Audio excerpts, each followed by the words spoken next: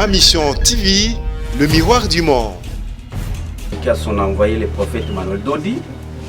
Et nous venons accomplir cette vision à cette date, le 25 juin. Et c'est une date à laquelle nous venons témoigner notre amour envers ces enfants. Puisque ce que j'ai vu ici dépasse tout entendement humain. Dans un abaloba éblété, Yakoloba, je suis touché du fond de mon cœur. Ezali, l'activité de l'église Ezali fermée. Mais biso, au-delà de ça, nous nous sommes mobilisés. Nous nous sommes mobilisés à la Libanda, ne fût-ce qu'un petit rien là pour contribuer pour au secours de la rue. C'est une église posée avec un prophète de valeur, un prophète qui fait des choses qui dépassent mon entendement. Tomoni vraiment musala oyo tozo sala bien que ezali muke donc on a tozo ya kopesa ezo sunga bana ba survivre pour lobby bazali ba citoyen de demain en mboka oyo kolekela bana oyo ba ministre ba kozala ba député ba kozala ba sali ya nzambe pe ba kozala kolekela bana oyo pour l'apparence est trompeuse. Place là la raté, moi la place est tanga qu'ils a la raté.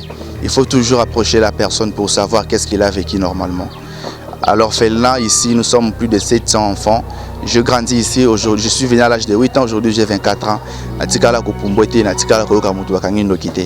Lui, c'est un petit frère à nous. Mais le message qu'il amène, qu'il apporte, c'est un message extraordinaire. L'église les affranchis Bakoya Kota Labiso, en tout cas, et puis Zandima qui peut être des délégations tellement et puis nous sommes tellement contents et heureux à visiter Nabango. Les prophètes regardent et il n'est pas nécessaire de boire. On regarde dans le cœur l'Esprit Saint qui fait pousser. Et c'est ça, je crois que ces jours d'aujourd'hui, c'est l'Esprit de Dieu que vous envoyez. C'est pas ce que je vais dire, mais je réussis la vie ici. C'est juste la vie. L'orphelinat a fait de moi un homme. C'est le plus grand témoignage que je peux garder de l'orphelinat. Vraiment, je suis très très content et joyeux de dire que la providence de Dieu s'élève avant nous. Ma Mission TV, le miroir du monde.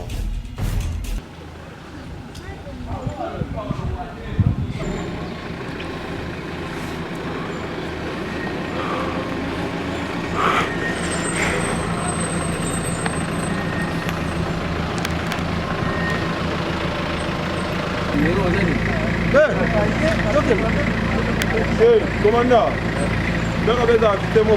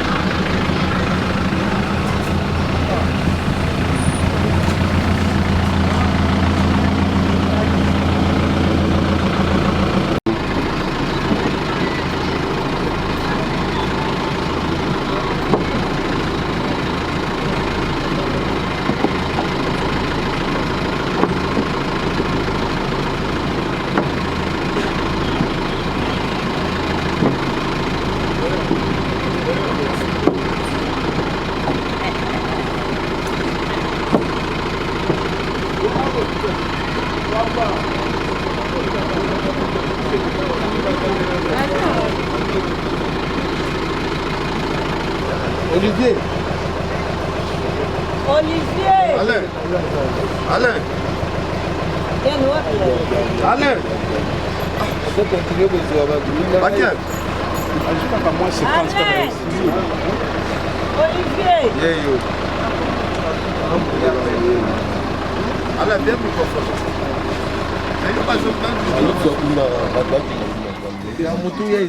Soyez toujours bienvenus. Vous pouvez vous asseoir.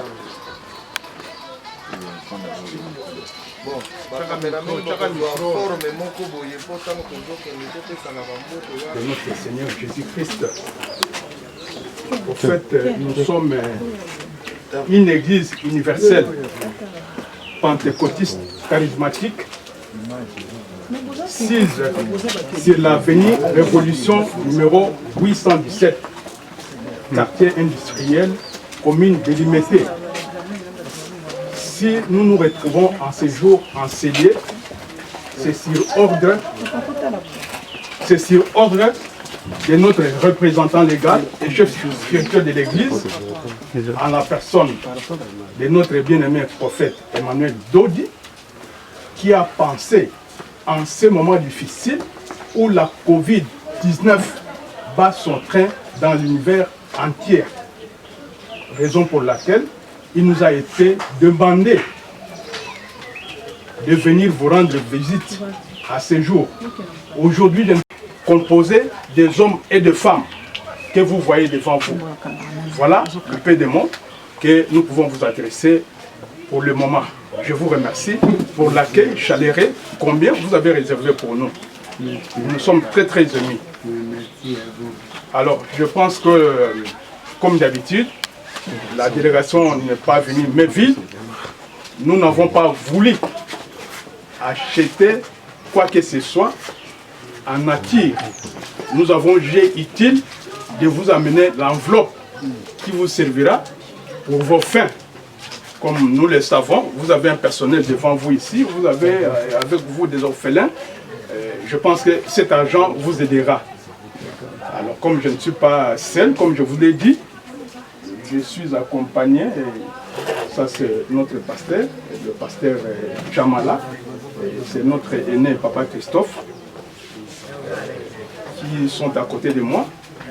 Maintenant, je pense que je demande à Papa Christophe de vous donner l'enveloppe qui vient de l'Église au nom de notre représentant légal et chef spirituel, au nom du prophète Emmanuel Dodi. Merci beaucoup.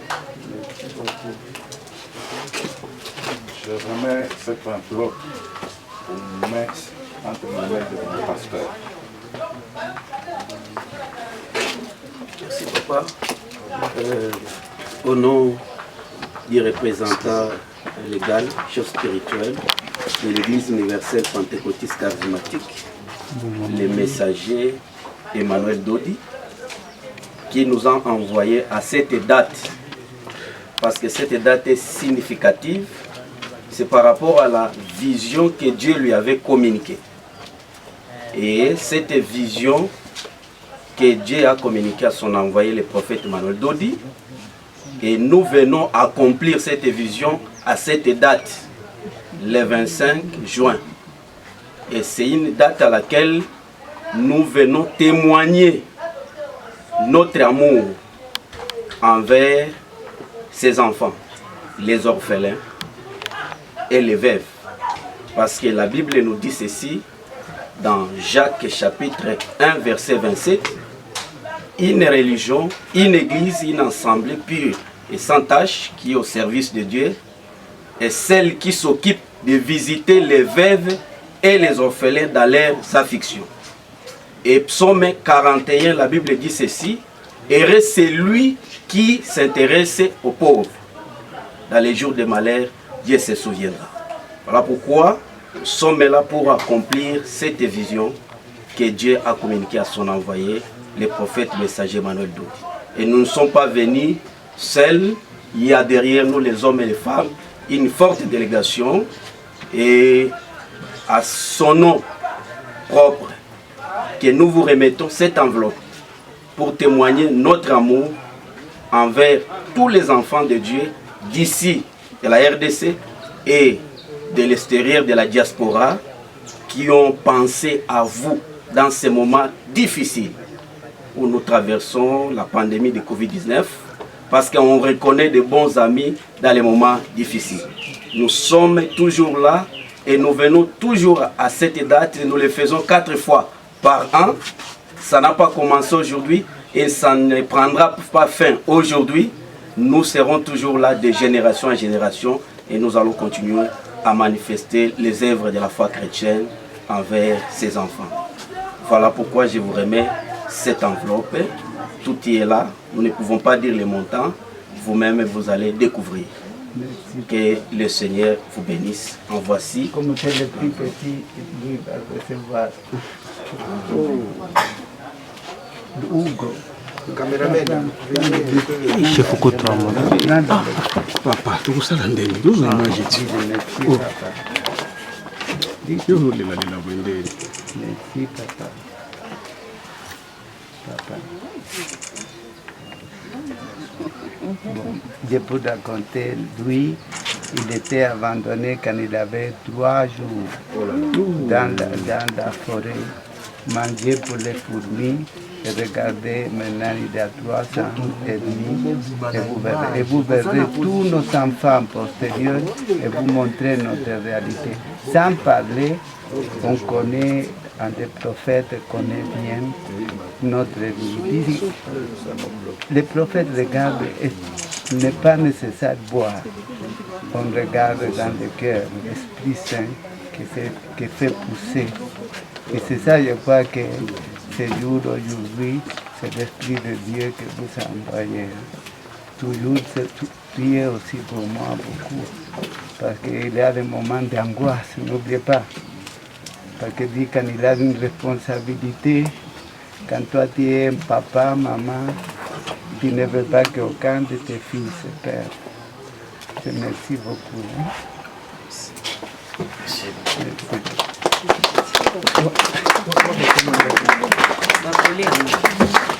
Des caméramans. Alors, rebonjour, pasteur Gédéon Chamala. Pourquoi ce plus grand choix? Il y a Kimbondo, Potoyo, qui ça fait beaucoup de années déjà, au Boyard de temps en temps, Kota Labango, à travers le père Bigo. Pourquoi choix Kaka Kimbondo? Parce qu'à 2 pas de votre église, il y a beaucoup de ONG. Pourquoi Kaka choix Kimbondo? Merci beaucoup. D'abord, non, Mosika Makasi. Merci beaucoup, Maman Bibi. Merci à frère Ken Piana. Je pense que ce qui Bomoni, Église et ministère des affranchis, et il y a une date. Parce que tu as insisté par rapport à la date. Tu as mis colonio sauté, mais tu as une date. Nzamba révélé qui prophète Emmanuel Dodi 4 fois dans l'année. C'est-à-dire chaque le 25 mars, chaque le 25 juin, chaque le 25 septembre et chaque le 15, le 15 décembre. Ah, okay. Le 15 décembre, Toyaka comme manifester Bolingo. Parce que la Bible dit que la foi sans les œuvres, elle est morte. Ben, kondimo ezangi misale za kokufa. Et Bolingo ezalaka kaka na malobate. Bible dit que Bolinga kaka na malobate, mais Bolinga beaucoup plus na misala. Nous sommes une église na moment où très difficile au que tous autres traverser na mboka na biso pe na monde entier na maladie na pandémie de Covid-19 totala ki momate totala ki période été parce que mutoaza na bolingo et surtout bayebaka moninga malamu na tango ya pasi tala ma moment où tous autres traverser na mboka na biso presque ba église ezali ba activité ba église ezali fermée. Mais biso au-delà de ça, nous nous sommes mobilisés. Nous nous sommes mobilisés à la bande koya aweza la bande koya libanda ne fisque un petit rien là ko contribuer pour na koya au secours na bana oyo totalisa bolingo na biso lingomba et pa ya bana oyo ya orphelinat Kimbondo parce que choix ezalini parce que premièrement c'est le plus grand orphelinat ya munene na capitale na biso na mboka na biso Kinshasa. Ezalina plus de 700 bana na baka nyonso tokuti bango awa kutu nzoto esali biso malili. Or na bamboka mususu ezalaka nde responsabilité beaucoup plus ya l'état. Mais biso totalaki te l'état asali kingani asali te mais biso bolingo oyo lingomba ye kotalisa na mission munene onzamba pesaki le prophète Emmanuel Dodi ezali ya kosunga bana bitike basi bakufela mibali ndo monito ye na orphelinat ya Kimbondo totalisa bolingo na biso to memeli bango don wana parce que ezali na moment moko vraiment très difficile. Alors vous avez suivi le témoignage des enfants au Baya à Amitié, les loba komi lokola lisungi pona ONG, c'est-à-dire tant que ba couche ya société ba komi p important. Alors nini okoki ko loba na ba témoignage au bana au basali parce que bino pe bozali ko faire partir na bato ba contribuer pour les loba comme au basali ko témoigner. Premièrement, ezali témoignage nangai ezali mbala liboso te toya église oyo toyaka et puis tokobanda koyaka ka de génération en génération. Donc nazana depuis 2014 tobanda koya awa tokuta bana mususu bazali mike mais lelo quand même bana wana bakoli tomoni vraiment musala oyo tozo sala bien que ezali muke donc on a tozo ya kopesa ezo sunga bana oba survivre pour lobby bazali ba citoyen de demain en mboka oyo kolekela bana oyo ba ministre bakozala ba député bakozala ba sali ya nzambe pe bakozala kolekela bana oyo. Pourquoi pas nous devons mettre nos efforts nos moyens pour na encadrer une génération future kolekela bana oyo bakozala ba pasteur lobby ba okamba lingomba ba mususu bakosalela mboka oyo parce que ce sont des enfants congolais. Bazali ban ya ba étranger, ce sont premièrement nos enfants congolais et ces ali responsabilité ya biso ba congolais, biso ba sali ya nzambe toya au secours vers bana totali sabango bolingo na biso basali ya nzambe. Merci beaucoup. Moni témoignage na biso yango wana tokumisi nzambe ndenge nini bana bazokola toyebiki na bolingo ya nzambe na mawa ya nzambe bana bakozala batu lobi bako remplacer biso na musala ya nzambe. Merci beaucoup pasteur Gédéon, merci na les affranchis Mobimba, merci na pasteur bande konyoso ya poto, bande konyoso ya diaspora. Ezala ba oya awa na RDC ezala ba franchi oyo bazali libanda mboka bazolanda biso bayeba ke aide na bango batindaki ezala 10 euros 20 euros 20 dollars oyo nyonso a contribuaki na moment oyo difficile pona koya kosunga bana oyo lelo tozali na kene pia na bibi kapinga tokite na bino sur le terrain et mbongo nyonso batindaki yango to remettre perigo pour être esunga bana oyo. Donc à la prochaine occasion ba hésiter parce que tozo kotisa bango na nzela ya bénédiction. Merci beaucoup na bande ko nyonso bozolanda biso nga peut-être message mon na loba to pe moment na loba to pe commentaire ezara ke nazana nga contraité na bande ko tong mususu ya biso o pe bakenda ka koede libanda neti okei na Rwanda o pesi 30 ngombe ezana ngo malamu mais soki pe na Congo makambo ande ngwana ezali ko sala mataneti bano so bazwa ki 30 ngombe ba liongo pendant combien d'années.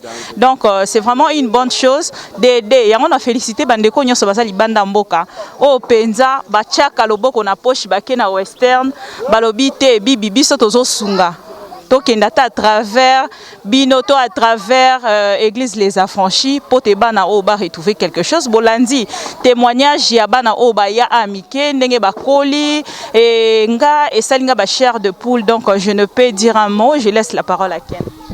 Merci Bibi. Pasteur Chamala, tout le monde a prophète Emmanuel Dode a toujours un message que chaque année, vous avez 4 journées, 4 jours, 4 dates où vous préparez, vous avez karoti kabadon, awa, batebele bazwarangoka neti ba rubrique ba pasteur, ba chaka, ba lobarapona ko senga batu bambongo. Mais lelo vraiment, toye ko assister bino na action vraiment, tout le monde financièrement bon bopesi kuna bino mo boboy totanga monta mais ça vraiment bon ebele. Alors on peut expliquer bande kwa poto nini oyo balandaka prophète Emmanuel Dodi era lobaka batu bo contribuer pour mbongo wana tokenda sala ba action na ba orphelinat. Merci beaucoup toza ko expliquer bande kwa poto.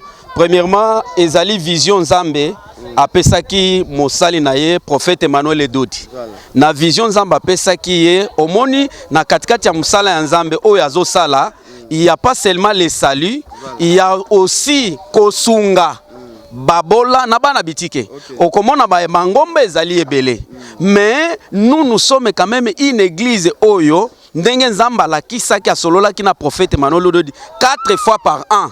Na badate wana le 25 mars, le 25 juin, le 25 septembre, na le 15 décembre, lingomba oyo kolekela notre chef spirituel, le prophète Emmanuel Dodi, to sangisaka mbongo, to sangisaka bozwi na biso, to sala kabadon. et bandi le lote depuis azwa vision na sala kayango et chaque année toyaka awa et toko continue ko sala yango de génération à génération et loko tozo senga na bande ko ya poto to kotisi kaka bango na nzela ya bénédiction bayeba ke mbongo na bango bazotinda ezokende banzela mususu te. Nous sommes une église sérieuse ezo ya ko participer na kosunga avenir ya bana oyo lobi ba koma batu nzambe pe akopambola bande. Chamala na poser pe question. Est-ce que na ba losambo na bino boko sambela pete batu mwindu ba meka ko changer. Tomoni awa toye na ofelina mundele tomoni différence eza makasi. Nyonso wana kaka po mundele azana gestion ya makambu awa. Bozomona teke ba ofelina ebele to tambola organisation bo ezalaka te. Boko bato sala pe ba prière te. Polo batu mwindu pe ba changer ba mentalité ke soko zo gérer loko o comme ça na même ba standing au mindele o ba tozomona organisation eza makasi baza banzambe te ba bato mokili bana même makila na biso batu mwindu. Oui, olobi question moko ya bien parce que nyonso eza question ya organisation. Organisation eza kaka par rapport ya mundele na mutu mwindo te eza problème ya mentalité, eza problème na ya bolingo. Parce que eza na bandeko mususu ba orphelinat eza ebele. Bazwaka pe badon libanda mboka mais badon ne komaka na destination te. Mais nous trouvons quand même orphelinat oyo ndenge ezali na gestion ya mundele, il y a quand même du sérieux. Même badon na biso nous avons préféré eya na orphelinat oyo. Parce que kokoma epa bana ba ko bénéficier et pour que bateau yo ba pesi do na bango pe ba pamwama. Donc to lancer appel na bande konyoso ba congolais o bazana ba orphelinat mususu ba gérer yango a bon père de famille. Ba donyo sezoye il faut comme na destination bana ba bénéficier pour bangonde bazali à venir à lobby. Tozali ko vise. Merci beaucoup pasteur Chamala. Alors na oto mona oyo ezopesa biso mwa maele muke. Soki lelo pe Congo esengi ba poste nyonso bacha mindele bazala osomia ba poste nyonso batu mwindu bazala ba adjoint. Est-ce que tokomona ngo mabe? Te za bongo te. Tokoki ko sala bongo te parce que ba compétence yango yo place toye. Yo kande oken. Ba compétence na ba qualité soki ezali na ba oyo ba gérer kamabe, il y a aussi des frères congolais. Tokoki ko sala bango confiance ba oki ko gérer bien et na lobby ke ezana ba orphelinat mususu pe ba zo gérer pe bien. Donc on n'a pas dit que ba orphelinat nyonso bazo gérer bien te, mais au moins tolingi parce que exemple malamu ba imitaka yango. Là où il y a une bonne gestion tozali ko lancer message na bande ko nyonso oyo bazali na motema wana bolingo wana ko sala ba orphelinat et bazali na compassion wana ba gérer yango bon père de famille ba don ezoya et comme na destination bana ba bénéficier comme batu. Moni ba douche bana ba sukola eza propre. Ah oui c'est du sérieux ezali ba douche ya makala. C'est l'ordre du sérieux et puis don ezoya ezo sala pe misala na yango pour bana ba bénéficier bana ba condition malamu. Beto ya propre eza makasi. Oui makamonyo seza bien. Merci beaucoup. Merci beaucoup pasteur Gédéon Chamala, merci beaucoup Ken Piana. To comme presque na souka mais quelque part on a ça quand même Ken raison. To Ken na biso on a ça quand même Ken raison pour to mona ba société belé na mboka na biso ndenge nini et c'est pas ça kapenza ceux qui sont na likambo ya gestion ils aura toujours au monde ba travailleurs ba bandi bongo ko réclamer. Oh non, gestion ezala ki malamu te 10 mois impayé boina boy makambo ebele quelque part to kopé ça quelle raison na question na mais soto lobi to landela bien to remona ke to zali ko bunda pona likambo wana po temboka na biso et changer. Voilà wana bolandi les affranchis to zalaki awa na bango et ndenge to ba ma mission TV to zali liso na bino esika information ezali lito ina bino makolo na bino ko kita en temps réel to kitaki na les affranchis awa na pédiatrie ya Kimbondo et awa bakomi bongo kozonga basilisi visite et kolina bango pe bomoni yango ndenge nini ezalaki bongo déposé tozaki na Ken Piana pito pale et fimbu na fimbu donc totiki tokomi kokende topesi bino merci mais totindi message na bandeko nyonso bwaka mbongo bandeko nyonso en fait bazanga ramamba na mbongo ponga na mona ba vidéo ba congolais bwaka mbongo place au boaka mbongo ya malamu yango yo donc soki omoni kolingo boaka soza numéro ya parce que numéro est affiché ça numéro ya pasteur Dodi Emmanuel na vidéo ozolanda soko moni oza posa boaka mbongo benga numéro wana eza affiché au bois Kambon na les affranchis pour que le 25 septembre. Donc comme on a le 25 septembre. Bah, se préparer déjà, bah les cognos sont balingi kokota na biso en contact koleke la émission ma mission TV na Fimbo News. Bah se préparer déjà parce que après chaque 3 mois, to sala kaba action ya lolenge oyo. Et toyebisa bangoka ezaka kabangoka kande bazotinda mbongo te. Nous même l'église, même les prophètes lui-même il met beaucoup de moyens na kosunga babola parce que c'est vraiment ezali mission parmi mission munene nzambe pe apesaki na lingomba. To encourager pe ba église mususu balanda pe lolenge oyo ba basalaka nzamba pambola bango. Donc on ba bandi pe ko sala te. Bonjour yaya. Bah, on bobandi go salate, bokene na geste. Oh, merci beaucoup to silisi awa Ken Piana. En tout cas, merci Bibi Kapinga. Merci vraiment. Et ça pour occasion bien nga pe na yo découvrir kakati. To kenda ba ofel ne. Ya go boire mbongo, olo boire ka. Ah, olia boaka. Bon, nga na kenda na ofel na mo pesa na bandali ana mais awa pesa important. Olia boaka mbongo awa c'est bien, aux Zimbongo na yo ye otiki awe ça la bien. Alors, merci beaucoup Nabilo Nyonso, merci na Alain de BCBG. Merci na Ozapo Soso Mundele hein, Père Hugo hein. C'est bon, il y a pas de problème. To comme pas na. Merci na Vodingi Tuka, tokutani tout à l'heure na Père Hugo.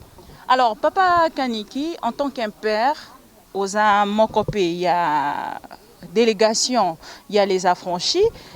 Oye awa lokola papa un mot topé ndenge okuteli bana awa na kati moni nyokoki koloba parce que na part ya père aloba qui déjà les affranchis bozali famille nae botika kaete na nyonso azali ko passer. Alors mon ayo en tant qu'un père na o okuti awa ekoza naza vraiment touché na ndenge na mone libana bana oyo baza bana na biso. Bana na biso, je demande à tous celui de loin ou de près à boti mwana, à abandonner mwana wana na pesi message, il y a compassion. Je suis vraiment ému, touché de tout mon cœur. Ndenge na moni bana condition bazali ko traverser et sa condition ya bien té. J'ai pris de la décision à moi-même de venir de temps en temps ici pour laisser quelque chose pour mon compte. C'est la décision que j'ai prise. Puisque ce que j'ai vu ici dépasse tout entendement humain. Dans un maloba éblété, Yakoloba, je suis touché du fond de mon cœur de ce que j'ai vu ici. Merci. Aujourd'hui, vous êtes touché parce qu'il y a eu cette délégation de l'église Les Affranchis. Mais un mot de votre part aussi par rapport à votre délégation, Lelo Bokiti. Et Tikali date déjà il y a le 25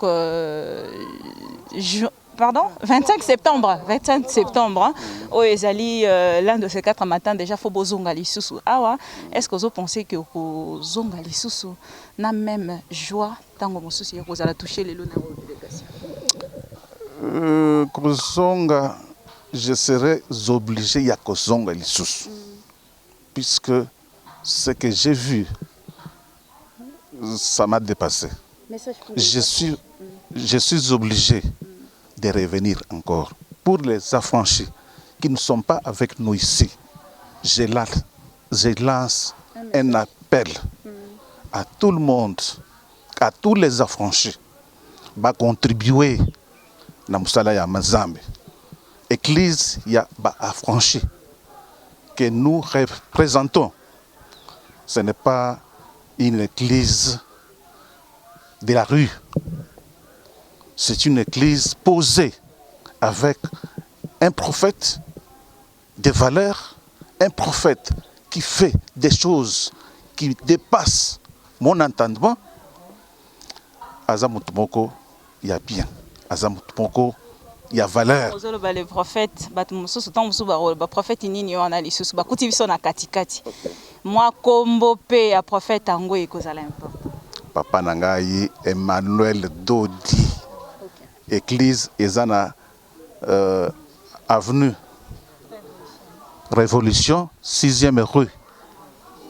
Boya na limité. Boya et Belé. Merci beaucoup. À nous voir les papas comme nous s'humilier devant son Seigneur. Devant lui, c'est un petit frère à nous. Mais le message qu'il amène, qu'il apporte, c'est un message extraordinaire. Merci beaucoup, Papa Kaniki. Cette fois-ci, nous allons prendre une maman. Parce qu'il y a Azali maman de babota kabiso, maman de basali qui est aux alaba opé tous allés après Dieu, maman au moni oyaki na délégation à les affranchis. Lelo il y a le 25 juin. Mais mon ayo ekozala nini na o bokuti lelo awana o esika poto uti koyoka papa. Cette fois-ci to ka maman mais to lobite ke baza couple. Merci.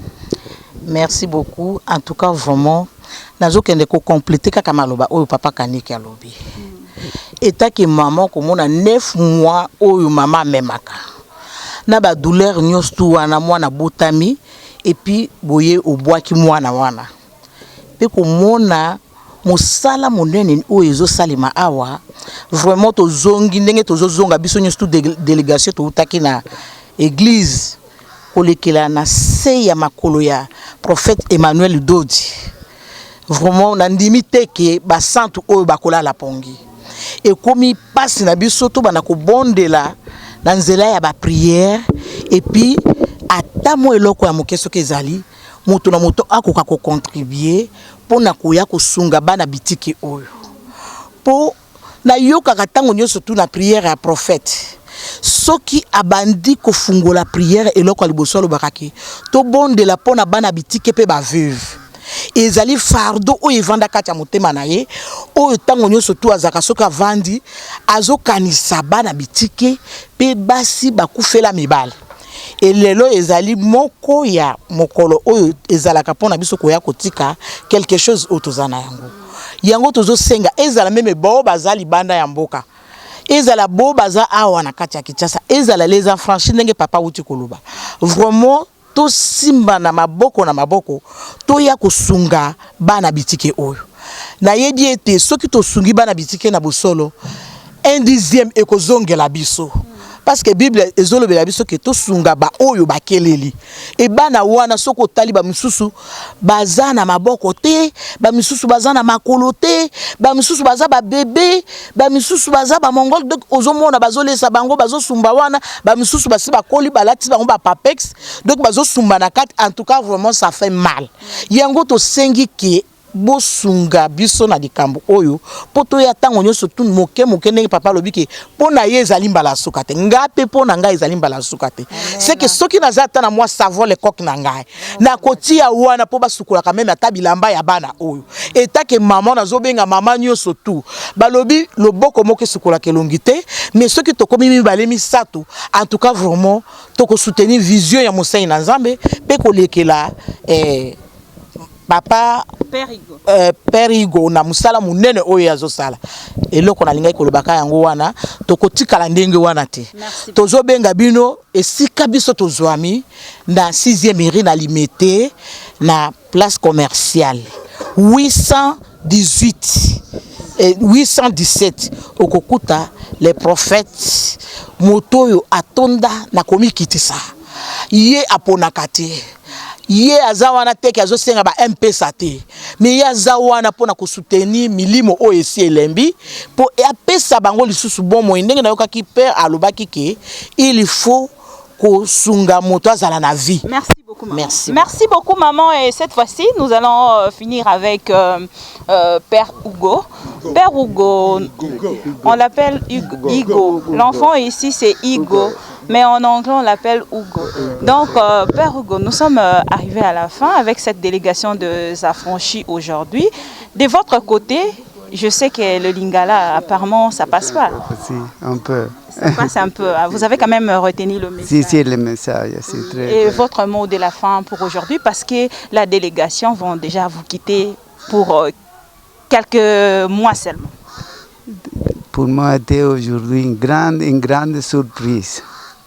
Je croyais qu'il devait venir seulement ceux qui viennent toujours. Les papas, parce que toujours la communauté de s'affranchit, toujours on était à notre côté, envoyé avec les prophètes. Et je crois qu'il connaît déjà l'intérieur, ce qui passe ici. C'est pour ça que jamais nous laisse d'envoyer quelque chose. Vraiment, je suis très content et joyeux de dire que la providence de Dieu s'élève avant nous. Amen. Et aujourd'hui, la providence s'est fait présente à travers de vous. Et le plus beau, l'amitié. Hein? Que tous ensemble, nous avons une seule mission. Protéger la vie pour tous les moyens possibles. Et c'est ça votre mission. Merci beaucoup. Alors un message, parce que le prophète ne s'est pas présenté personnellement, il est en train de te suivre à ce moment. Un message? Papa, je crois que nous nous connaissons déjà, non seulement de vue, hein, sinon spirituellement. Merci pour nous accompagner tant des années que vous venez, que vous envoyez en silence, toujours vos compagnons de voyage. Merci pour tout ce que vous faites. J'espère nous voir, mais le plus important spirituellement. Hein. Le visage, c'est le visage, l'esprit, le cœur et autres. Merci pour l'union de cœur, merci pour toute cette grande famille. Continuez à donner le message de Jésus. L'amour vers tous les hommes, sans différence. Apprendre à pardonner, toujours donner une opportunité à la vie. Merci beaucoup. Merci beaucoup, pasteur Gédéon Tchamala, pour clôturer avec l'équipe. Merci beaucoup. Premièrement, to pesi merci. Nanzambe tata qui a permis que à cette date, to ya ko visiter l'Issous orphelinat ya Kimbondo, précisément Père Igo.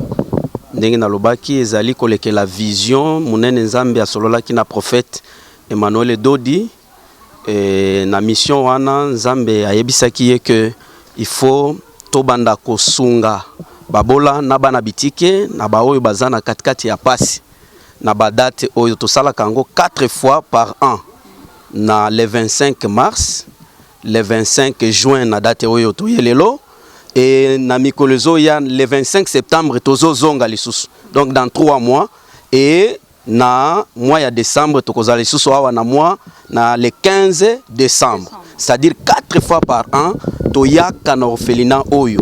Donc tobandi le loté, tobanda nango depuis kala et chaque année nous sommes présents. Merci beaucoup. Et nde tozo lancer même appel ya bandeko nyonso bazolanda biso, même bao bazala mboka, même bazala libanda ya mboka diaspora, quiconque a contribué na don na ye ayebake komi na destination et toye kotika ngo epa ya Père Igo et lelo ezali esengo munene bana oyo ba bénéficier na bolingo na biso to manifester yango. Merci beaucoup, pasteur Gédéon.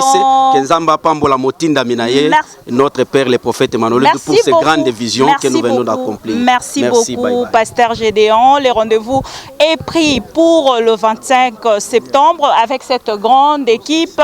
Moko awape wa utiko faire visiter biso partout. To solo la na moi muke. Mon frère Boni. Bien papa. Kimi ezali? Kimi ezanango? Tekoyeba kombo eza nani? Kombo nanga Glody Kanku. Glody Kanku awa na orphelinat tekoyeba oza nani? E ngape naza mwana orphelin lokola bandeko nyonso bauti komona. Nakoli pe awa na vandia mingi nakoli ya elelo pe nakomi na année terminale ya betide na ngai na kaka na orphelinat. Oya na âge nini na kati ya orphelinat? Na ya na âge ya 8 ans.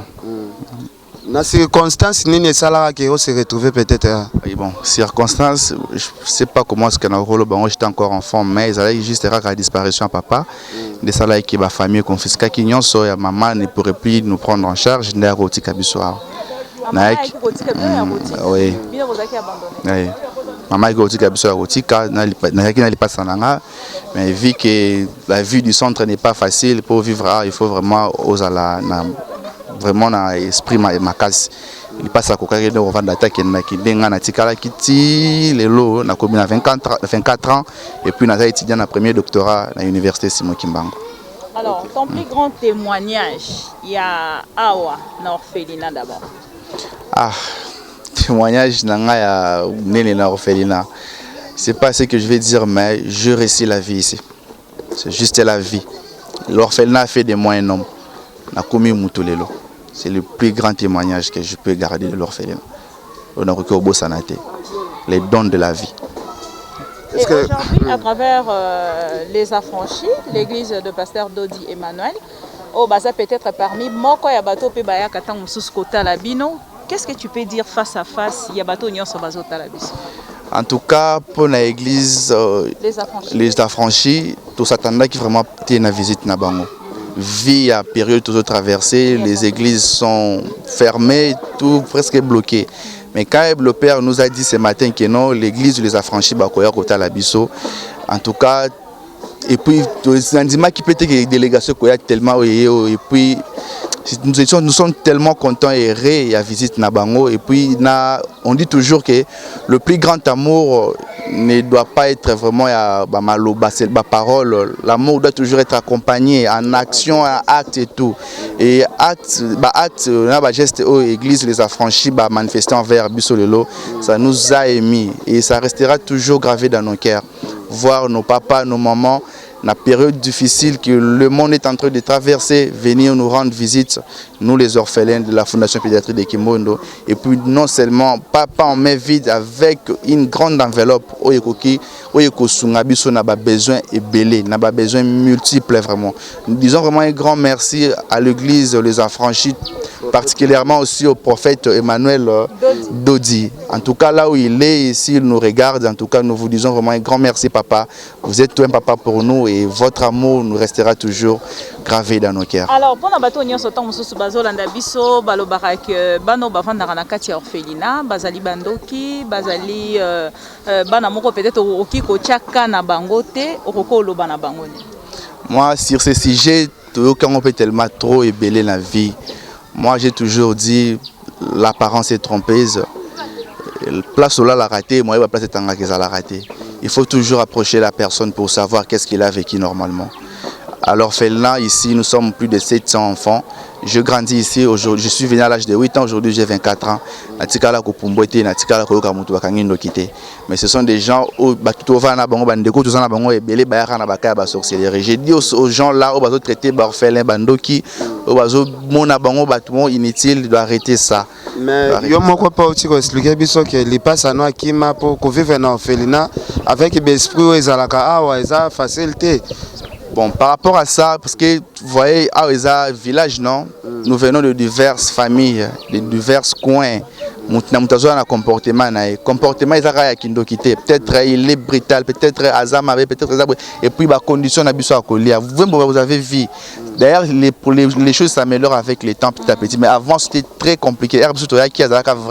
Vraiment compliqué. Tu mangeais peut-être dans la vie sur la table avec papa, maman, fourchette, mbeli, mais aussi retrouvé dans ça, nous avons beaucoup de choses.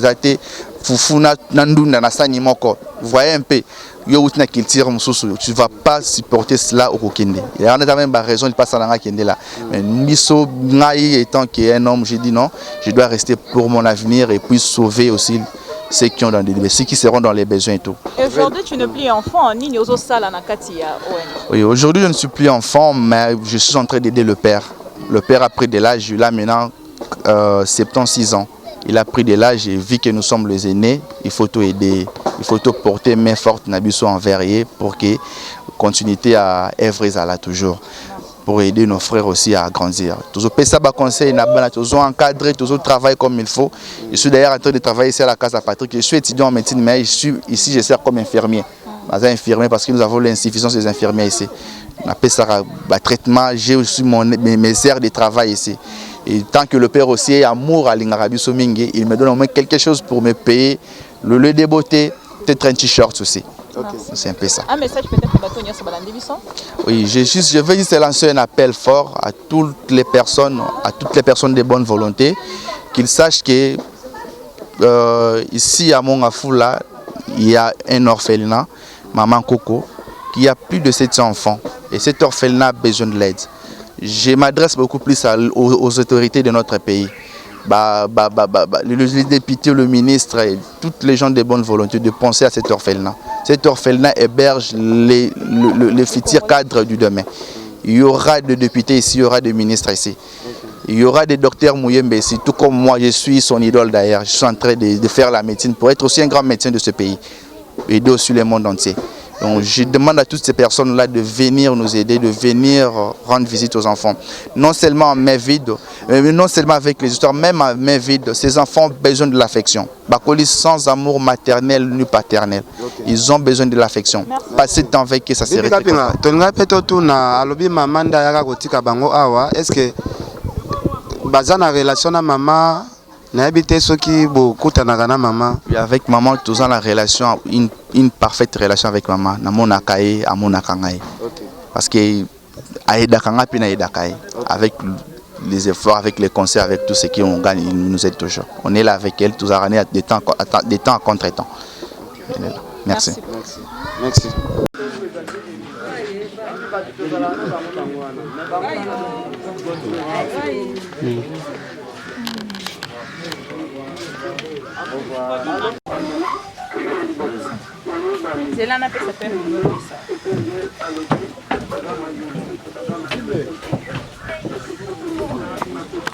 Tika, laisse.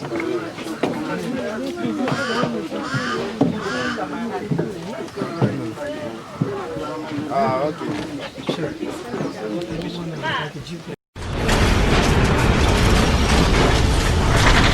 Ma mission TV, le miroir du monde.